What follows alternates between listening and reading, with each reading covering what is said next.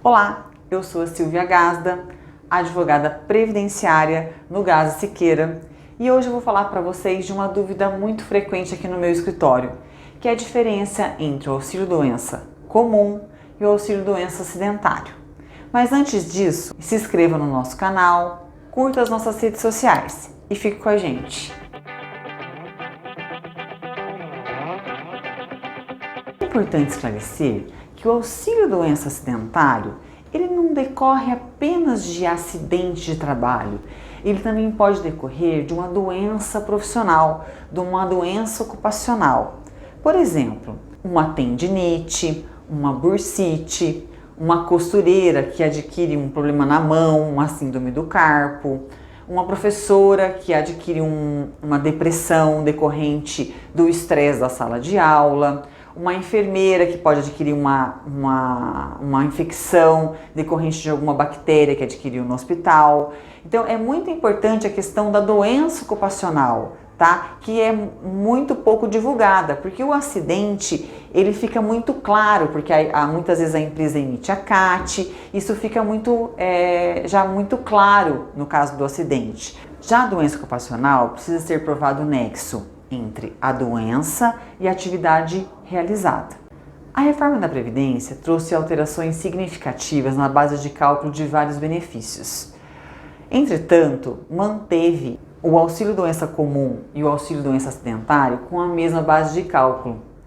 Onde ocorre a divergência, a diferença? A diferença acontece na aposentadoria por invalidez.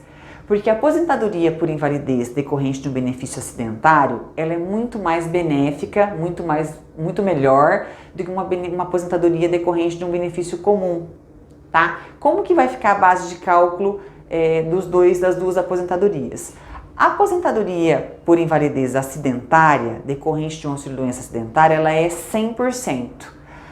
A aposentadoria por invalidez decorrente de um auxílio-doença comum, ela começa em 60%, mais 2% a cada ano acima de 15 anos para a mulher e 2% a cada ano acima de 20 anos para o homem.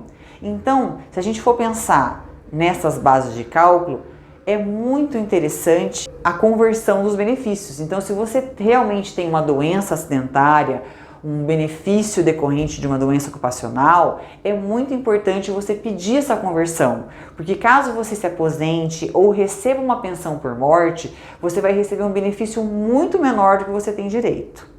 Outra diferença entre o auxílio-doença comum e o auxílio-doença acidentário é que no auxílio-doença acidentário, quando você tem alta do INSS e volta para a empresa, você tem 12 meses de estabilidade. Então, durante esses 12 meses, o empregador não pode te mandar embora. Isso é muito importante. E se durante esses 12 meses você tiver um novo afastamento, essa estabilidade volta a correr novamente do zero, tá? Então, isso é uma dica muito importante. Outra dica importante é que quando você recebe um benefício acidentário, durante todo o afastamento, a empresa tem que manter o depósito de fundo de garantia, o que não acontece quando o auxílio-doença é comum, tá? Então, isso é outra dica muito importante. Mas atenção, você não deve confundir auxílio-doença acidentário com auxílio-acidente. O auxílio-acidente é aquele benefício quando a pessoa recebe quando ela tem uma sequela, quando ela ficou com uma redução na capacidade laborativa.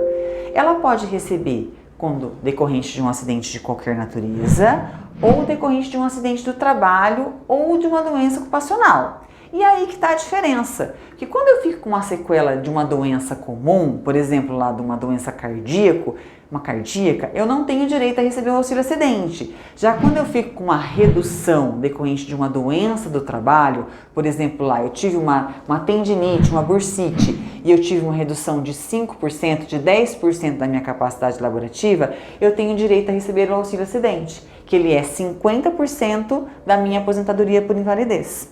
Por isso, é muito importante você pedir a conversão do seu benefício comum para acidentário. Espero ter ajudado e até uma próxima dica.